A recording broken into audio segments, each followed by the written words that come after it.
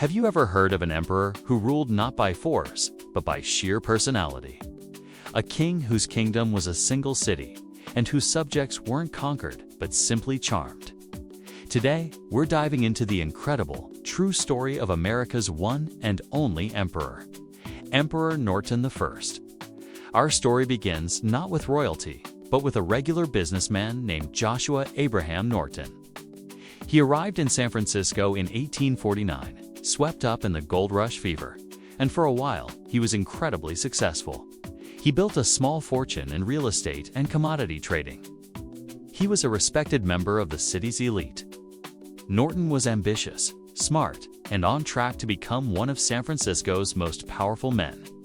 His biggest gamble came in 1852 when he tried to corner the market on Peruvian rice. He thought he had it all figured out, buying up every shipment he could find to control the supply and dictate the price. But then, the unexpected happened. More ships packed with rice sailed into the San Francisco Bay. The market was flooded. Norton's plan collapsed, and his fortune evaporated almost overnight. He was bankrupted, and the ensuing legal battles left him destitute. For years, Joshua Norton vanished from public life, a forgotten man nursing his colossal failure. Then, on September 17, 1859, something truly extraordinary occurred. A man walked into the offices of the San Francisco Bulletin newspaper. It was Joshua Norton, but not as anyone remembered him. He handed the editor a short, formal declaration. It read, "At the peremptory request and desire of a large majority of the citizens, I, Joshua Norton, declare and proclaim myself Emperor of these United States." And just like that, Emperor Norton I was born. Now, you'd expect people to laugh, to dismiss him as a madman. And sure, some probably did. But San Francisco in the 19th century wasn't just any city. It was a wild, eccentric, and free-spirited place, full of characters and dreamers. And instead of shunning Norton, the city played along. The newspapers, seeing a fantastic story, started publishing his proclamations. And what proclamations they were. From his imperial court, which was really just his modest boarding house room, Emperor Norton began to rule. He issued decrees with absolute seriousness. He abolished the U.S. Congress, declaring its continued existence a fraud. He fired the governor of Virginia. He commanded the leaders of various religions to meet in San Francisco to resolve their differences. He even declared himself Protector of Mexico, a title he added to his name. His pronouncements were grand, absurd, and utterly captivating. Soon, Emperor Norton became a daily sight on the streets of San Francisco. He crafted his own imperial uniform, a blue military coat with gold-plated epaulets, often gifted to him by officers from the nearby Presidio Army post. He carried a walking stick or a ceremonial sword and was frequently accompanied by two stray dogs, Bummer and Lazarus, who became his unofficial imperial guard and local celebrities in their own right. He would inspect the city's streets, check on public works, and engage in serious philosophical discussions with anyone he met, from a ship captain to a common laborer. He had a natural dignity that made people treat him with a strange kind of respect. He wasn't asking for a handout. He was performing his imperial duties, and the city embraced this performance with open arms. The most amazing part is how the community supported him. When his first uniform became tattered, the city's Board of Supervisors officially voted to buy him a new one. Local restaurants proudly displayed signs that read, "By appointment to His Imperial Majesty, Emperor Norton I." He ate for free wherever he went. Theaters saved him the best seat in the house for every opening night.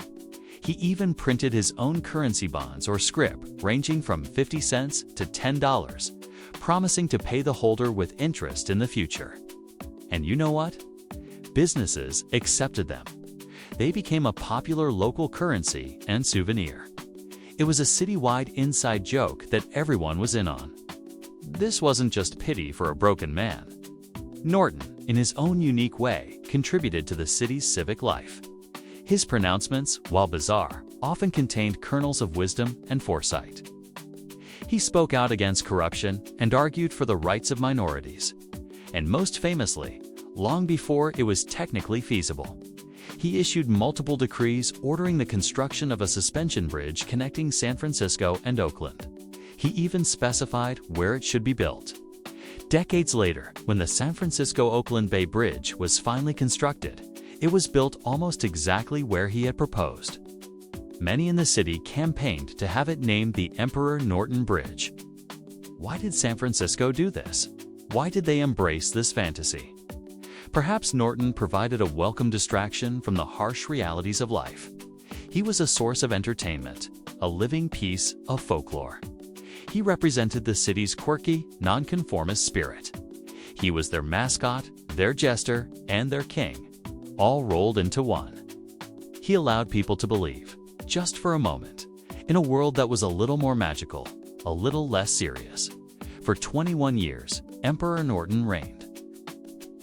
His rule came to an end on the rainy evening of January 8, 1880. While walking to a debate at the Academy of Natural Sciences, he collapsed on the street corner. A police officer found him and realized immediately who it was. "It is the Emperor," he said. Emperor Norton died before he could be taken for medical care. The initial news reports highlighted his poverty. Police found only a few dollars in his pocket, and his room was filled with his proclamations, letters from foreign leaders probably imagined, and his walking sticks. The city's wealthy elite initially planned to give him a simple pauper's burial. But the people of San Francisco would not have it. The man who had been their emperor deserved an emperor's farewell. A local businessman's club, the Pacific Club, stepped in and paid for a handsome rosewood casket and a grand funeral. The headline in the San Francisco Chronicle read, "La Roi est mort." The king is dead. His funeral was one of the largest in the city's history. An estimated 10,000 to 30,000 people from every walk of life, from bankers to beggars lined the streets to pay their last respects. It was a final, stunning tribute to the man they had adopted as their own. He was buried in the Masonic Cemetery with the simple inscription, "Norton I, Emperor of the United States and Protector of Mexico." The story of Emperor Norton is more than just a quirky historical footnote. It's a beautiful example of collective myth-making. It shows how a community can choose kindness over ridicule, and how they can create their own reality, their own legends. Joshua Norton lost his fortune, but he gained a kingdom. He never built an empire of land or gold, but he ruled over the hearts of San Franciscans, becoming an immortal part of the city's soul. So the next time you see the stunning Bay Bridge, give a little nod to the man who dreamed of it first, the one and only Emperor of the United States, Emperor Norton I. Thanks so much for watching. If you enjoyed this piece of hidden history, don't forget to like, subscribe, and hit that notification bell so you don't miss our next journey into the past. See you next time.